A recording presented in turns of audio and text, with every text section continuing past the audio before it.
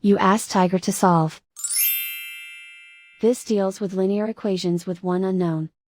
The final result is x equals -5. Let's solve it step by step. Group all x terms on the left side of the equation.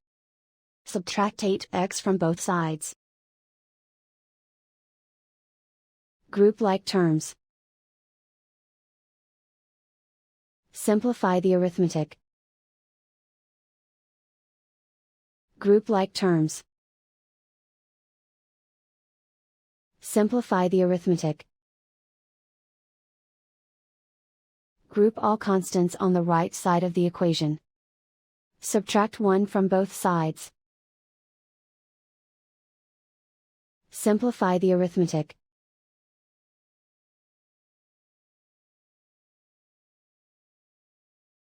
Isolate the x.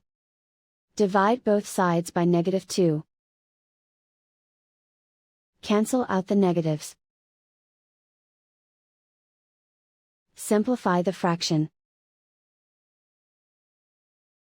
Move the negative sign from the denominator to the numerator. Find the greatest common factor of the numerator and denominator. Factor out and cancel the greatest common factor. And so the final result is x equals -5.